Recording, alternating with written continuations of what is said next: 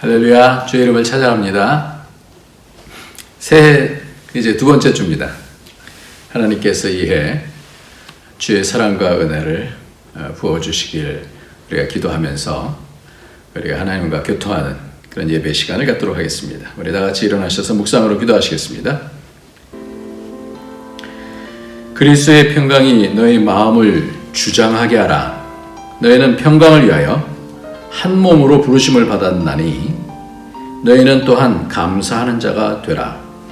그리스도의 말씀이 너희 속에 풍성히 거하여 모든 지혜로 피차 가르치며 권면하고 시와 찬송과 신령한 노래를 부르며 감사하는 마음으로 하나님을 찬양하고 또 무엇을 하든지 말에나 일에나 다 주 예수의 이름으로 하고 그를 힘입어 하나님 아버지께 감사하라. 아멘. 존귀하신 우리 하나님 아버지, 새해를 주시고 이제 벌써 두 번째 주가 되었습니다. 하나님의 계획이 있으신 줄 믿습니다. 우리 모두를 향한 그 계획 가운데 우리가 주님을 머리로 두고 온 지체가 하나가 되게 하여 주셔서 하나님 나라를 땅에 세울 수 있도록, 그런 교회가 될 수 있도록, 그런 모든 지체가 될 수 있도록 서로 사랑하고 세워줄 수 있도록 축복하여 주옵소서. 예수님의 이름으로 기도합나이다. 아멘. 우리 다 같이 찬송가 15장을 하나님께 찬송을 올리겠습니다. 15장입니다.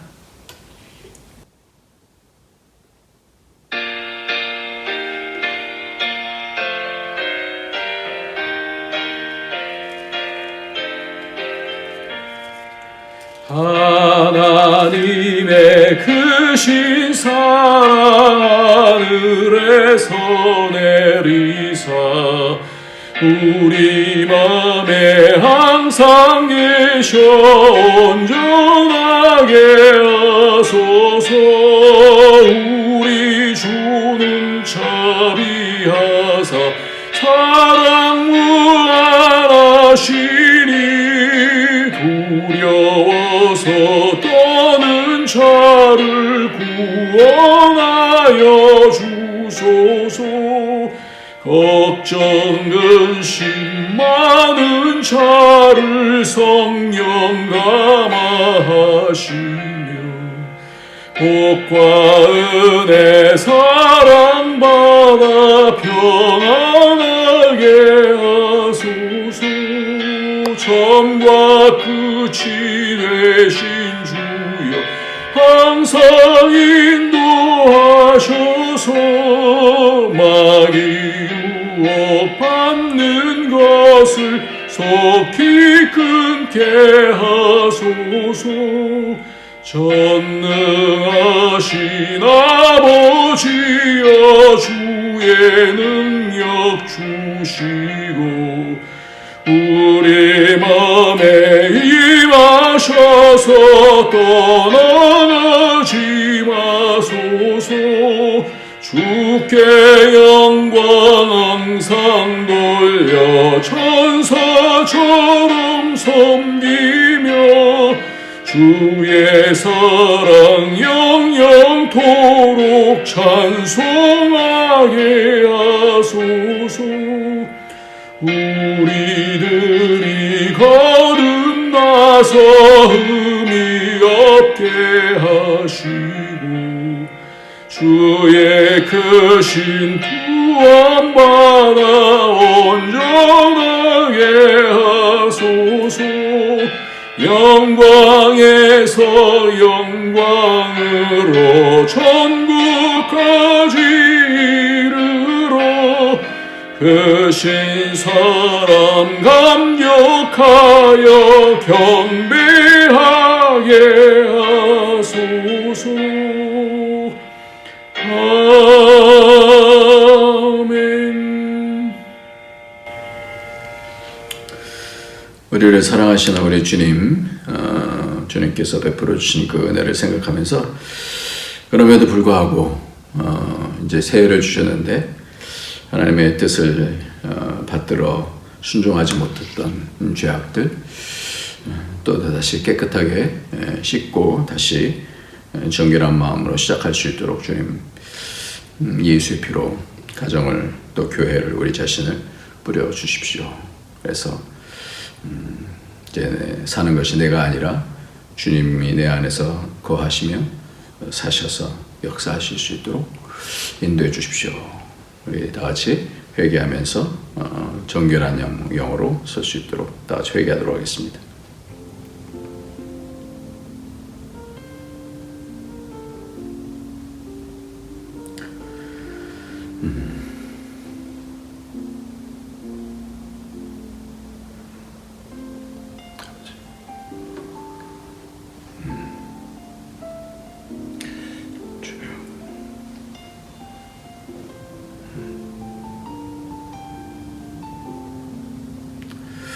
주님, 주님,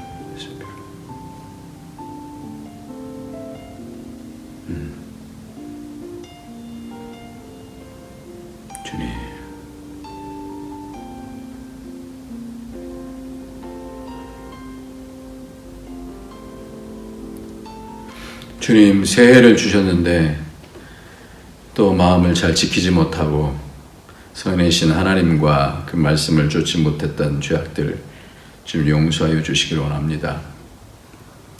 주님이 우리 안에 거하셔서 다스려 주셔야 되는데 어둠의 권세 가운데 분별하지 못했던 것들을 용서해 주시고 예수의 피로 씻어 주셔서 다시 하나님 가까이 갈 수 있는 그런 복이 있도록 축복하여 주옵소서.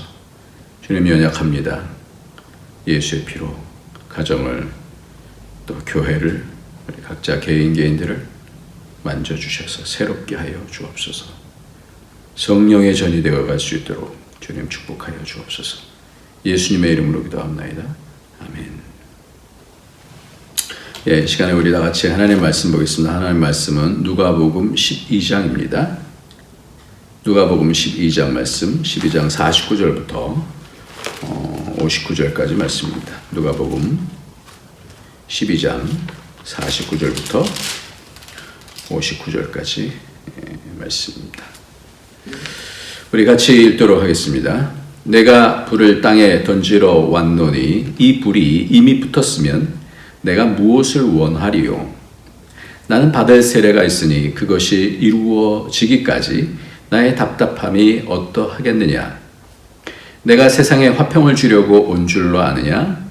내가 너에게 이르노니 아니라 도리어 분쟁하게 하려 함이로다.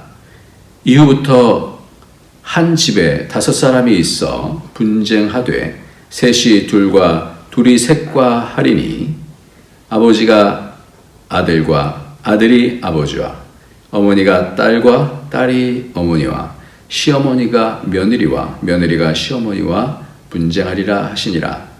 또 무리에게 이르시되 너희가 구름이 서쪽에서 이는 것을 보면 곧 말하기를 소나기가 오리라 하나니 과연 그러하고 남풍이 부는 것을 보면 말하기를 심히 더우리라 하나니 과연 그러하니라. 외식하는 자여 너희가 천지의 기상은 분별할 줄 알면서 어찌 이 시대는 분간하지 못하느냐? 또 어찌하여 옳은 것을 스스로 판단하지 아니하느냐?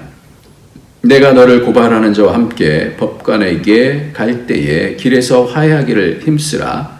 그가 너를 재판장에게 끌어가고 재판장이 너를 옥졸에게 넘겨주고 옥졸이 옥에 가둘까 염려하라. 내게 이르노니 한 푼이라도 남김이 없이 갚지 아니하고서는 결코 거기서 나오지 못하리라 하시니라. 아멘.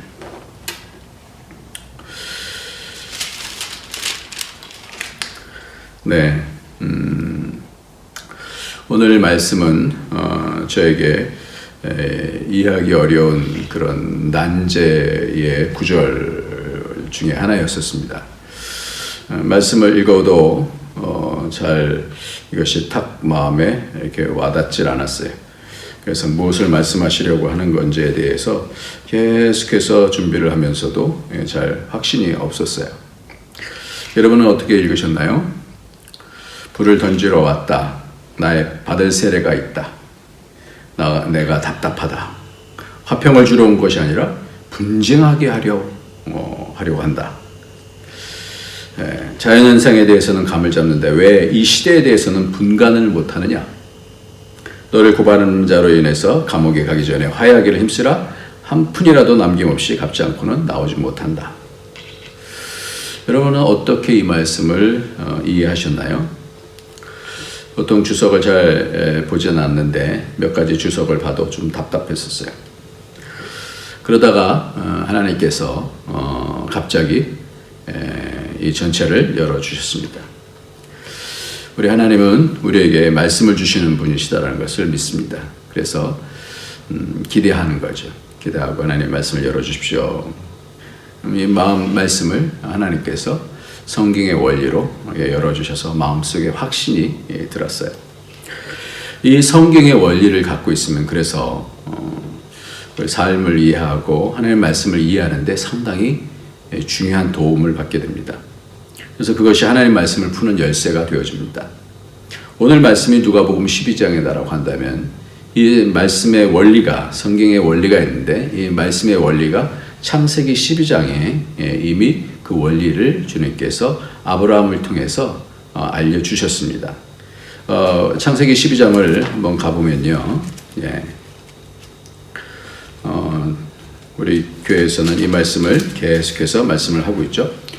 본토 친척 아비 집을 떠나서 내가 내게 지시할 땅으로 가라 이렇게 말씀하셨을 때에 제일 먼저 닥친 것이 뭐냐면 6절 말씀에 보면 아브라함이 그 땅을 지나 세겜 땅 모레 상수리 나무에 이르니 그때 가나안 사람이 그 땅에 거주하였더라 이렇게 말씀합니다. 가나안 땅으로 하나님께서 인도해 주셨죠.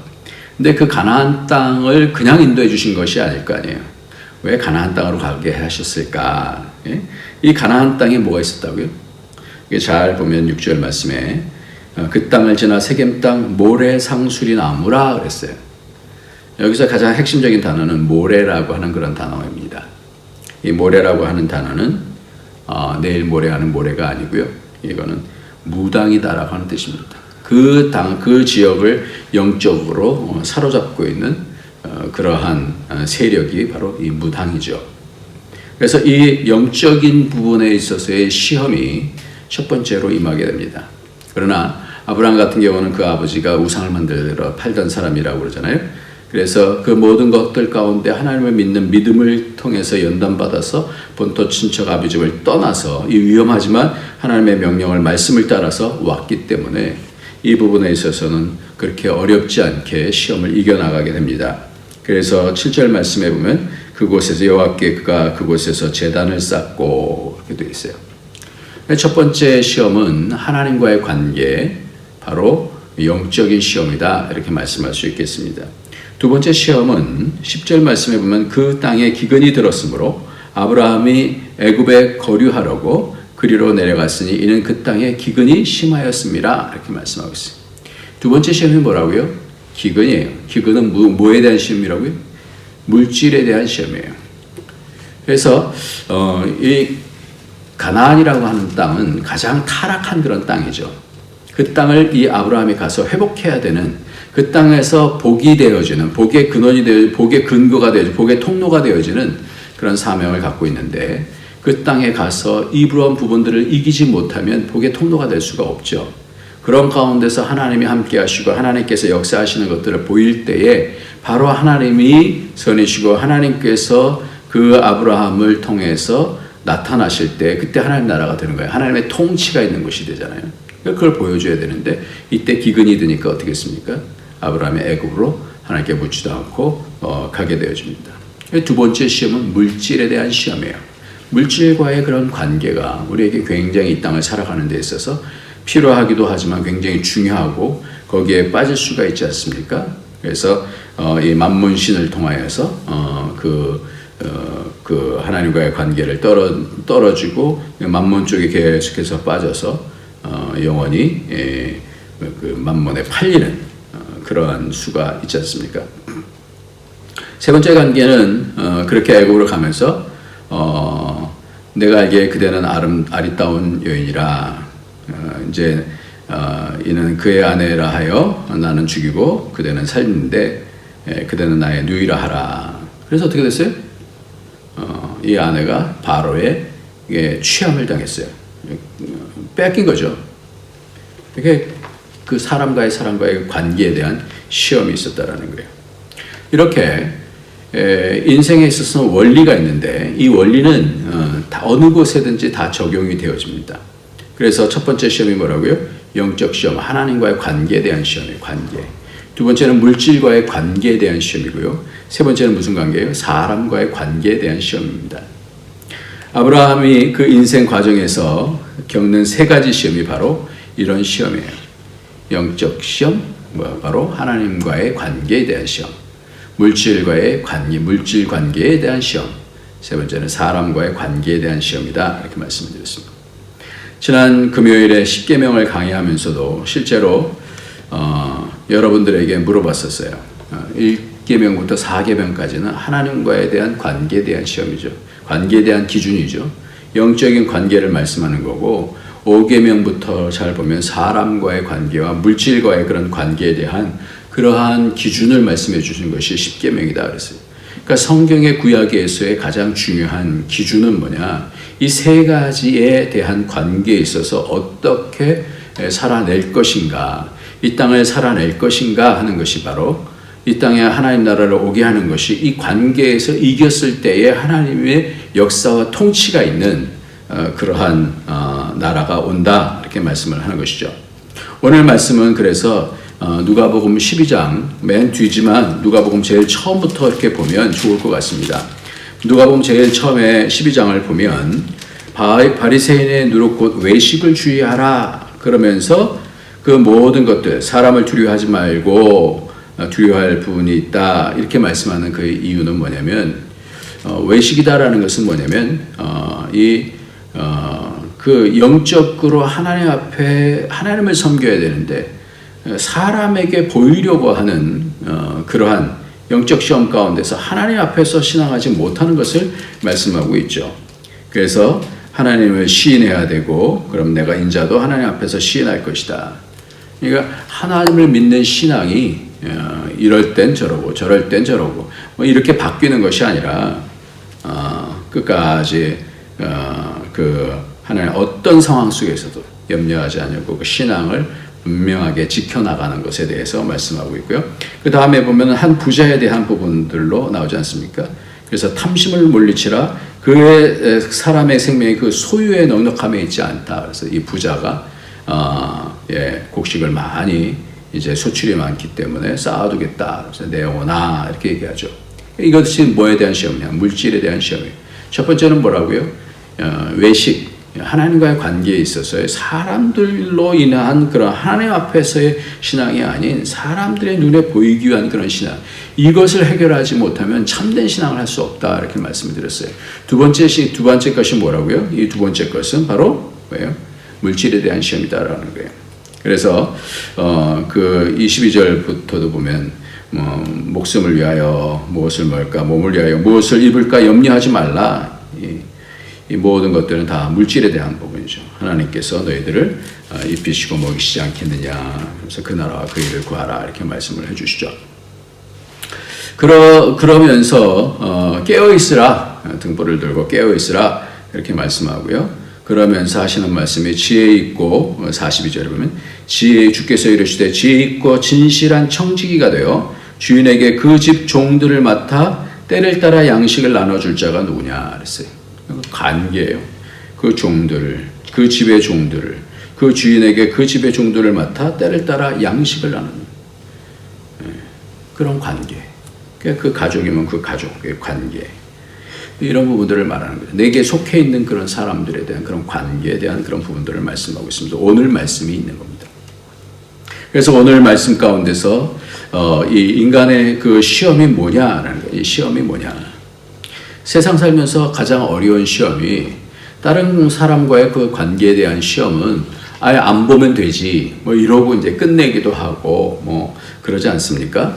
그러나 세상에서 가장 어려운 시험은 인간관계 중에서도 가정 안에서의 그런 관계예요. 왜냐하면 이 가정은 깨어지기도 쉽지 않고 가족이 그러면서도 깨어진 가정들이 너무나 많아요. 너무나 많고 지난번에도 언급한 것처럼 금쪽 같은 내 새끼 이렇게 보면 그 자녀를 어떻게 하겠어요? 그 아픔들을 이렇게 끌어안고 그 디스오더 가운데, 그 장애 가운데서 이렇게 끌어안고 가는 얼마나 많이 힘들어요. 그래서 부모와 자녀와 또 부부의 관계 속에서 가장 가까운 사이지만 가장 마음의 상처로 어려운 것이 바로 이 가족 간의 그런 관계지 않습니까? 가족 전도를 하려고 애쓰시는 분들도 이것이 마음같이 잘 안 되어서 안타까워 하시는 분들도 참 많지 않습니까? 오늘은 바로 이런 부분이에요. 가족과의 그런 분쟁에 대한 부분이에요. 서로 싸우고, 그러한 천국을 이루지 못하는, 하나님 나라를 이루지 못하는 것에 대해서 말씀하고 있는데요. 그런 가족 관계가 세상의 영적인 것과 묶이게 되어지면 어두워지죠. 그 영적 수준에 따라서 이 세상 영이 이끄는 대로 만약에 간다고 하면 갈등이 생길 수밖에 없지 않습니까? 그리고 물질에 묶여 있게 되어지면 사람과의 또 관계 가운데서 묶여지게 되어지면 하나님과의 관계, 예수님과의 관계를 놓치게 되죠. 그렇기 때문에 이 관계에 있어서 잘 해결해야 돼요. 그러니까 이 가족들은 이런 관계가 수준이 잘 맞지 않거나 완전히 다른 그런 불신자와 신자의 그런 관계가 되어지면 분쟁이 일어날 수밖에 없다라는 것이 오늘 말씀이에요. 그래서 다른 가족들과 이렇게 원수가 될 수 있다는 것을 성경은 계속해서 몇 차례 말씀하고 있죠.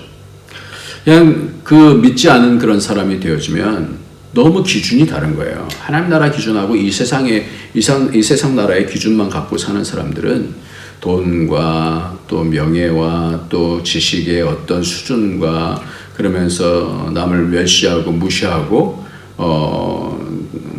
다 그러는 건 아닙니다만은 그런 기준으로 살게 될 땐 그렇게 되기가 쉽죠. 그러면서 집안에서도 내 마음의 기준에 안 들면은 그냥 또 뭐라고 비판을 하기도 하고 이제 그런 거죠. 영적으로 수준이 달라도 물질에 대한 세상적인 이해가 달라도 사람과의 관계에 있어서 자기의 어떤 기준이 다르게 되어질 때는 판단하고 하면서 싸움이 일어납니다. 그러니까 분쟁이 일어나는 거예요. 이런 분쟁이 일어나는 것이 바로 어떻게 감옥에 갇히는 것과 같다라는 것을 오늘 말씀해 주고 있어요. 서로 영적으로 분별해서 우리의 자녀들이 이런 부분들을 잘 가르쳐 줘야 돼요. 그런데 우리가 지난번에도 말씀드린 것처럼 쇼생크 탈출, 출애굽이죠. 그러고 난 다음에 그러면 구원을 맛보면 야 자유다 이러잖아요. 그런데 여전히 우리의 구원 가운데서는 계속되어지는 광야의 시험이 기다리고 있다는 것이죠. 자유가 있지만 그 자유는 뭐와 뭐로 나눠준다 그랬어요? 그 자유는 권리와 책임으로 나눠준다 그랬어요. 그러니까 자유라는 것은 내가 선택할 수 있는 권리예요. 선을 선택할 수도 있고 악을 선택할 수도 있고 내 판단과 내 기준을 가지고 이렇게 선택을. 근데 그것에 대한 결과에 대한 것은 책임을 져야 된다는 거죠. 이것이 자유자가 자유를 받은 자에게 지혜가 없으면 기준이 없으면 이 부분을 어떻게 해야 될지 잘 모르는 거예요. 불안한 거예요. 그래서 쇼생크 탈출 같은 데서는 그 소변도 마음대로 못 놓잖아요. 이 자유에 대한 것을 어떻게 해야 될지 모르는 거예요. 그래서 우리에게 하나님께서는 자유의지를 주시고 죄와 사망으로부터 자유하게 되어주고 예수의 보혈로 어린 양의 피로 구원을 얻었는데 자유하다고 했는데 그럼 끝인 줄 알았는데 끝이 아니라 어떻게 돼요? 또다시 그 광야의 시험 가운데서 다시 그런 가운데서 하나님이 목표하시는 그런 단계로 자라가야 되는 거예요. 그러니까 우리에게 있어서 죄로 사함받았습니다. 구원받았습니다. 근데 여전히 도벽이 있는 사람들은 도저히 그런 가운데서 바뀌었습니다. 기쁩니다. 바뀌었겠죠, 분명히. 그런데 그 삶 속에서 변화가 일어나지 않는 거예요. 그 씨름 가운데서 그대로 예전 기준이 다시 내 속에서 자리를 잡게 되는 거죠. 이겨야 되는 거예요. 그러니까 하나님의 계획은 뭐냐라는 거예요. 오늘 말씀 가운데서 내가 불을 땅에 던지러 왔노라. 이 불은 심판을 의미하는 것으로 이해를 합니다. 땅에 이제 주님께서 이 모든 그런 과정 가운데서 주님께서 이미 주님께서 오신 것은 이 땅을 심판하러 오시는 거거든요. 근데 심판하시면서 또 구원까지 같이 이루어 가시는 거예요. 그러니까 나의 받을 세례가 있으니 그것이 이루어지기까지 나의 답답함이 어떻겠느냐라는 거예요. 이것은 십자가의 부활 사건을 말씀하는데 그 복음 사건을 통해서 이런 관계의 어려움들을 해결하시겠다라는 거죠. 예수님께서 그것을 이루어 나의 답답함, 이런 믿음의 사람들 또 제자들 이런 사람들이 정확하게 이 복음의 능력을 알고 복음의 기준을 알고 이제 심판받을 때에 그때에 어떠한 사람으로 성장해 있을 것인가라는 것이죠. 그래서 십자가 앞에서 서면 해결이 되어지는데, 그래서 부활 앞에 서면 그것이 해결되어지는데, 그것은 바로 그리스도 안에서 내가 죽으면 해결이 되어지고 그리스도께서 내 안에서 통치하시는, 우리가 지난주에 이렇게 본 것처럼 주가 내 안에 내가 주 안에 거하면 머무르시면 이게 되는 거예요. 그러니까 복음으로 말미암아 이런 부분들에 대해서 이길 수 있다라는 것을 말씀하는 거죠. 그러니까 복음으로밖에 이길 수가 없어요. 이 관계가 깨어진 것에 대해서 특별히 이 가족 간의 그 관계에 대해서 어려워요. 가장 어려운 부분이 가족과의 그런 관계거든요. 매일 부딪혀야 되고 매일 나의 생각과 충돌이 되어지고 할 때 어떻게 하냐 말이에요. 그때에 예수 그리스도의 복음의 그 기준을 통하여서 내가 죽고 주님의 뜻이 온 모든 사람에게 순종이 되어지고 그것을 인정하게 되어질 때는 그때는 같이 자라게 되는 것이죠. 그래서 복음 안에서 살아내는 것이 이 관계 시험에서 이겨내는 그런 터가 되어지는 것입니다. 세상에서는 그 부부가 겉으로 보면 너무너무 뭐 잘나고 뭐 의사의 부부 뭐 또 어떤 사람은 또 뭐 무슨 뭐 CEO고 뭐 이런 부부들 많이 있잖아요. 그런데 그 관계는 안에서 다 깨어졌어. 그래서 뭐예요? 섀도우 부부라 그렇게 얘기를 하죠. 겉으로는 좋은 것 같은데 내면으로는 이미 회복이 불가능한 그런 상태에 빠진 그런 사람들, 그런 부부들. 그 어떤 의미가 있나요? 사는 삶에 있어서 어떤 의미가 있나? 예. 그래서 그리고 그 깨어진 부모의 그런 관계 속에서 평생을 그 어둠 가운데서 그 그늘 가운데서 사는 그런 제자들이 있습니다. 그 자녀들이 있지 않습니까? 이렇게 이 관계가 깨어지면 여기서는 부모와 어머니와 또 아버지와 아들이 또 어머니와 딸이 또 시어머니와 며느리가 분쟁한다는 거예요.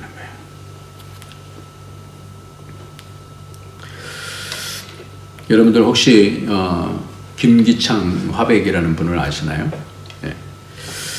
예, 저도 아주 뭐 잘하는 건 아니지만 어느 정도는 이렇게 좀 들어봤던 그리고 좀 생각나기를 이분이 그린 그림이 예수님에 대한 그 그림, 한국 예수님에 대한 그 그림이 있다라는 것 정도는 좀 머릿속에 이렇게 기억이 나는 것 같아요. 그래서 운보 이 김기창 화백인데 이 김기창 화백은 잘 몰랐었는데 어떤 신문을 보면서 이분에 대한 내용이 나오더라고요. 근데 이분이 굉장히 유명한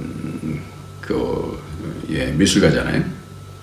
근데 이분이 어떤 줄 아세요? 듣지도 말하지도 못하는 장애였다라는 거예요. 듣지도 못하고 말하지도 못하는 장애라는 거예요. 근데 화가로 성공했다. 이게 될 법한 얘기입니까? 그런데다가 1913년 일제강점기에 태어나서 7살에 장티푸스를 앓고 청각장애인이 되고 그런데 이분이 한국을 대표하는 화가가 되었다는 거예요. 대단하지 않아요? 어떻게 그것이 가능했을까? 물론 자신이 갖고 있었던 이 의지와 노력이 대단했겠지만 그런데 그 가운데서 두 분을 이렇게 얘기를 해요. 김기창의 어머니와 그의 아내 화가 박래현이라고 하는 사람에 대한 부분을 얘기합니다. 예, 사진을 좀 보여주시면 좋겠습니다. 이 인간 승리 김기창을 가능하게 한 것은 1차적으로 그의 어머니 한윤명 여사라고 그래요. 근데 이분이 진명 여고보 1회 졸업생으로 화가 나혜섭, 의사 허영숙, 이광수의 아내와 동기동창했다. 매우 지적이고 인품이 훌륭했던 인물이었는데 개성의 청화여학교와 경성의 태화여자관에서 교사로 생활하면서 나중에는 세브란스 치과병원 직원으로 근무했고 한때는 그의 재능을 아깝게 여긴 학교장이 미국 유학을 주선했는데 남편이 반대해서 실현이 되지 않았다 그래요. 김기창은 어머니의 앞길을 열어주지 못한 아버지를 평생 원망했는데 더구나 후에 김기창의 부친은 증권으로 가산을 탕진하고 집을 나갔기 때문에 한윤명은 장애가 있는 장남 김기창을 포함해서 8명을 혼자 키우면서 생계를 책임져야 됐다 그래요.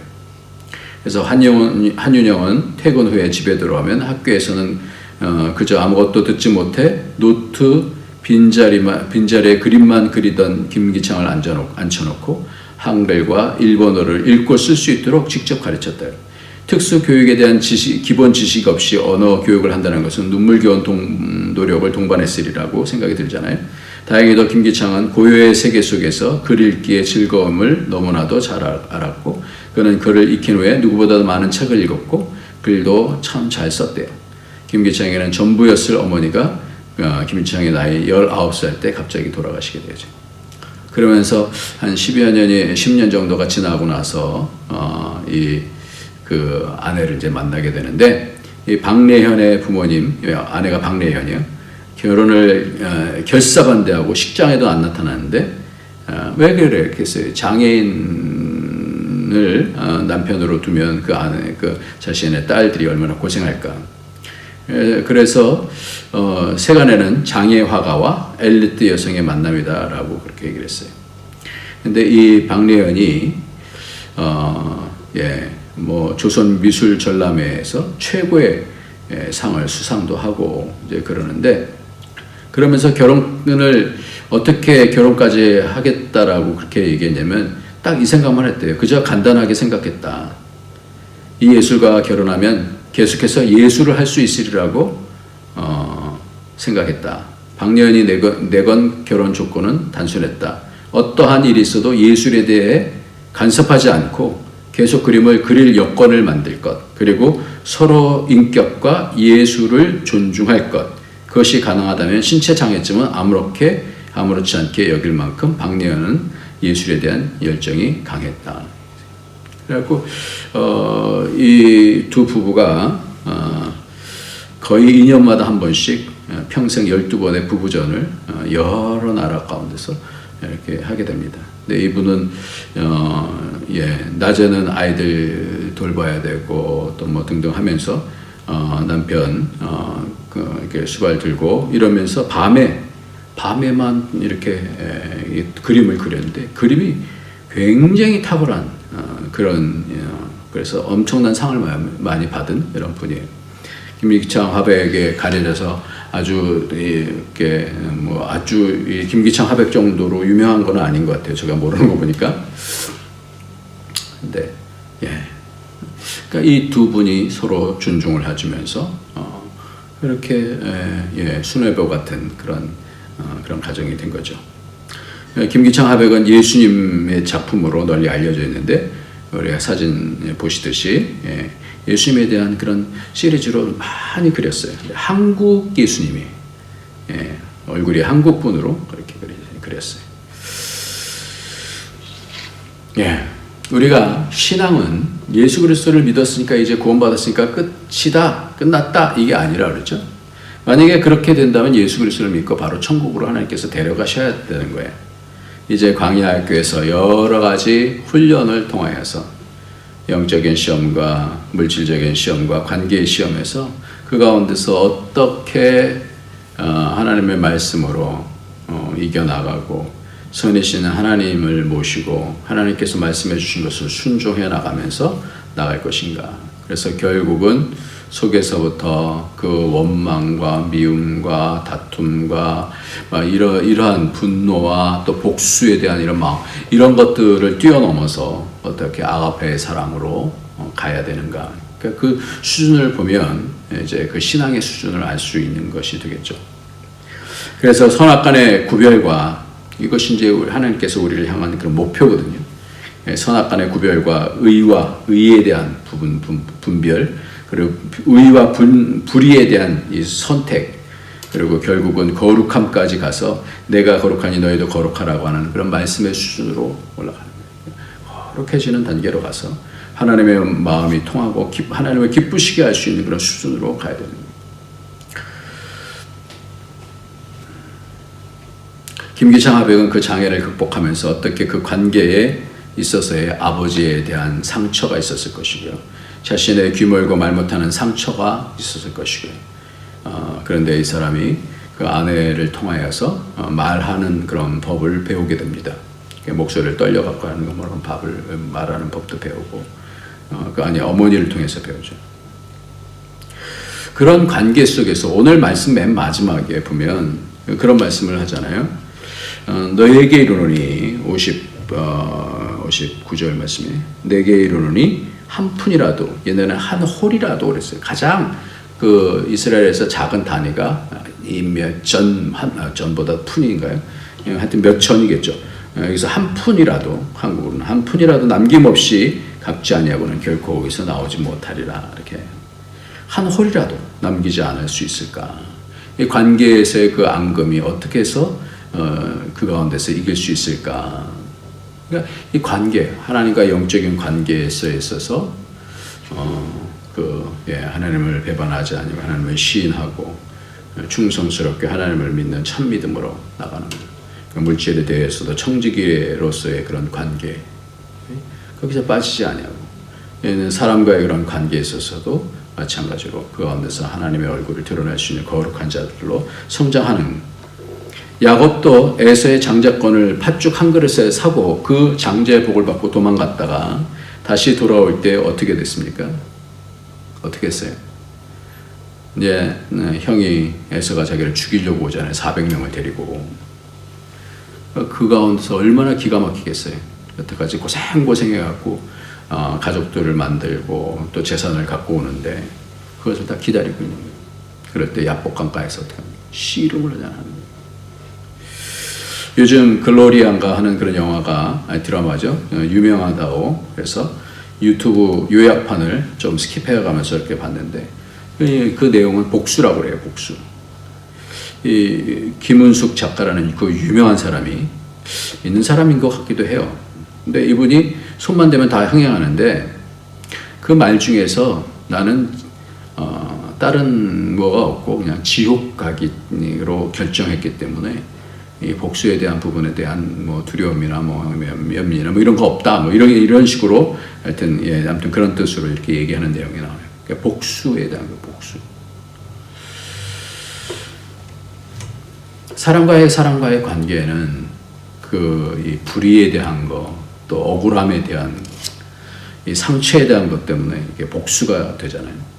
그랬을 때 어떻게 해서 그것을 극복하는가라는 것이 창세기 32장 24절부터 말씀을 한번 같이 한번 읽어보겠습니다. 야곱은 홀로 남았더니 어떤 사람이 날이 새도록 야곱과 씨름하다가 자기가 야곱을 이기지 못함을 보고 그가 야곱의 허벅지 관절을 치매 야곱의 허벅지 관절이 그 사람과 씨름할 때 어긋났더라. 얼마나 간절하게 씨름을 했으면 그렇겠어요.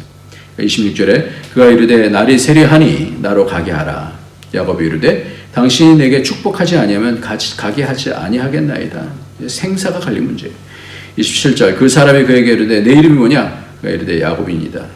그가 이르되 내 이름을 다시는 야곱이라 부를 것이 아니요 이스라엘이라 부르라. 이스라엘은 하나님과 겨루어 이겼다라고 하는 뜻인데 이는 그러면서 하는 얘기예요. 이게 굉장히 중요해요. 이는 내가 하나님과 및 사람들과 겨루어 이겼습니다. 그러니까 사람과의 관계, 하나님과의 관계 이게 다 있는 거예요.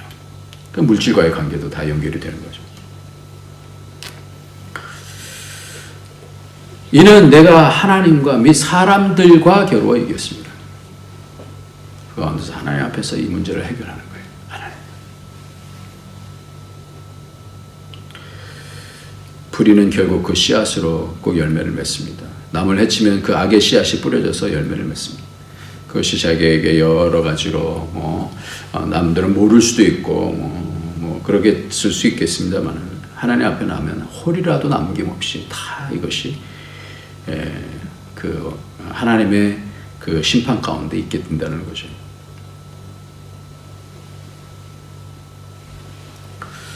오늘 말씀을 다시 정리합니다. 영적인 시험, 물질적인 시험, 관계, 사람과의 그런 관계 시험, 하나님과 관계, 물질 관계, 사람과의 관계에 대한 이 부분들을 정말로 영적 제사장으로 하나님과의 관계에서 지난주 말씀드린 것처럼 주 안에 머물고 주님께서 내 안에 머무시고 말씀을 마음을 열고 받아들여서 말씀이 머무를 때 그것을 따라서 묵상하면서 순종하고 주님의 사랑의 아가파이로 이겨서 천국이 되어야 된다는 이 과정이 있다는 겁니다. 지난번 금요기도 가운데서 우리가 10계명을 지금 하고 있는데 그 10계명 가운데서 내 부모를 공경하라. 부모와의 그런 관계가 다 좋은 게 아니잖아요. 그러니까 그런 가운데서 다시 부모님을 또 찾아뵙겠습니다. 간음하지 말라는 것은 부부와의 그런 그 신의의 그런 문제인데 여러분들이 그 가운데서 다시 말씀을 붙들고 서기를 원한다라고 그렇게 얘기를 하면서 부정을 저질렀다는 것이 아니라 관계에 대해서 그 많은 간격을 다시 말씀 앞에서 세워나가려고 그래서 다음 주에 다시 이야기를 계속하기로 그렇게 했습니다. 십계명도 분명하게 이 관계로 이 세 관계로 끝나잖아요. 정리가 되지 않습니까? 예수님도 오늘 이 세 가지 관계 가운데서 참된 구원을 이루라고 말씀합니다. 주님은 산상수훈에서 심령이 가난한 자가 복이 있나니 천국이 저희 것입니다 라고 말씀했습니다. 그리고 사람에게 보이려고 외식의 신앙을 하지 말라라고 말씀하셨고 남을 비판하지 말라라고 말씀하셨습니다. 이런 가운데 하나님의 말씀을 기준으로 해서 우리가 하나님과 하나님 말씀 앞에서 잘 분별해서 나를 쳐서 복종시키고 예수 그리스도의 그 구원을 내 삶 속에서 이루어내는 그런 복기, 그 은혜 가운데 이루어내는 그런 복이 저와 여러분에게 있어질 예수님의 이름으로 축원합니다. 기도합시다. 전지하신 하나님 아버지 실종 가운데 살아갑니다.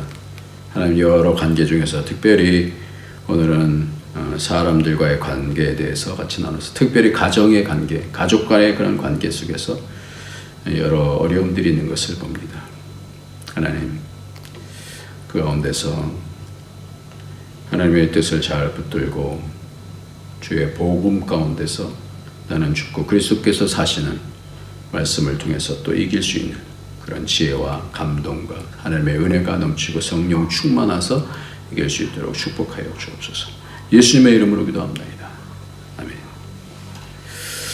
우리 찬송 부르시겠습니다. 찬송가 220장입니다. 찬송가 220장. 사랑하는 주님 앞에.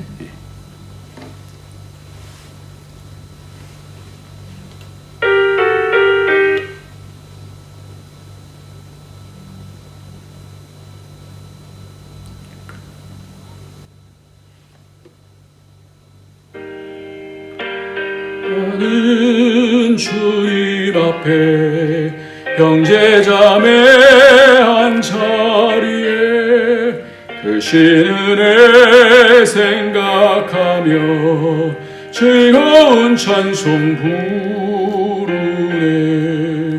내 주 예수 본을 받아 모든 사람 내 몸같이 환난 근심 위로하고 진심으로 사랑하세.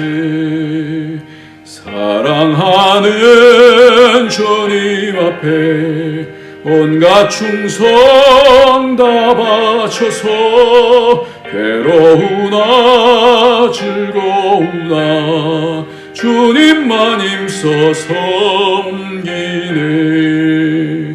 우리 주님 거룩한 손 제자들의 발을 씻어 남 섬기는 종의 도를 몸소 행해 보이셨네.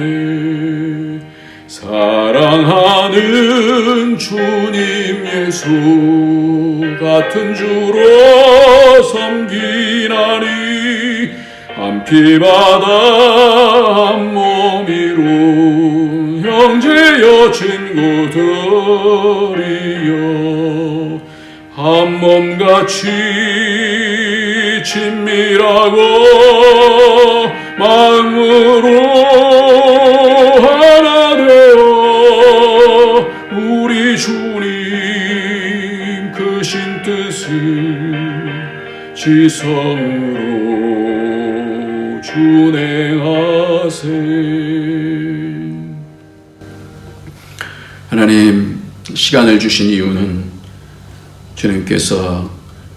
우리 주님께서 십자가에서 달려서 그 피 흘려 우리를 구원하시고 부활하셔서 영혼 가운데로 인도하시려고 우리에게 구원을 주셨는데, 이 땅에서 하나님의 형상으로 닮아가게 하시려고 여러 상황 가운데서 말씀 붙잡고 하나님 붙잡고 이길 수 있도록 성령을 보내주셨습니다. 하나님 감사합니다. 하나님, 교만해지지 않게 하여 주시고 늘 겸손하게 주님 모시고 말씀 붙들고 승리해 나갈 수 있도록 성령님 도와주시옵소서. 특별히 아픈 성도들을 하나님께서 만져주시고 그 가운데 위로하여 주시고 치료하여 주셔서 우리의 생명이 하나님께 있음을 고백하게 하여 주시고 하나님의 뜻으로 하나님 이겨나가며 그 모든 것들 가운데 하나님께 영광을 돌릴 수 있는, 하나님의 주권에 맡길 수 있는 그런 은혜가 있게 하여 주옵소서. 오늘도 드린 예물을 하나님께서 기뻐 받아주시고 이 땅에서 우리 힘대로 사는 것이 아닌 것을 고백하고 하나님의 주권 가운데서 인도함을 받고 또 하나님께 감사하며 하나님께 영광을 돌리는 모든 주님 앞에 드린 예물을 축복하시고 하나님 삶을 인도하여 주시며 가정 가운데 천국이 이루어질 수 있도록 축복하여 주옵소서. 예수님의 이름으로 기도합나이다. 아멘. 이제는 우리 주 예수 그리스도의 무한하신 은혜와 독생자 아낌없이 주신 하나님의 그 크신 사랑과 성령의 교통교제 충만 인도하심이 오늘도 이 땅을 살아나가면서 이 광야 교회 가운데 하나님 나라를 잘 세우며 하나님 예수 그리스도의 보혈의 피로 씻음받고 성령의 인도함으로 하나님 나라를 세우기를 원하는 모든 죄의 권속들 머리 위에 그 가정에 가하는 모든 일들 위에 우리 안디옥 교회 위에 이제로부터 영원토록 함께 있을지어다. 아멘.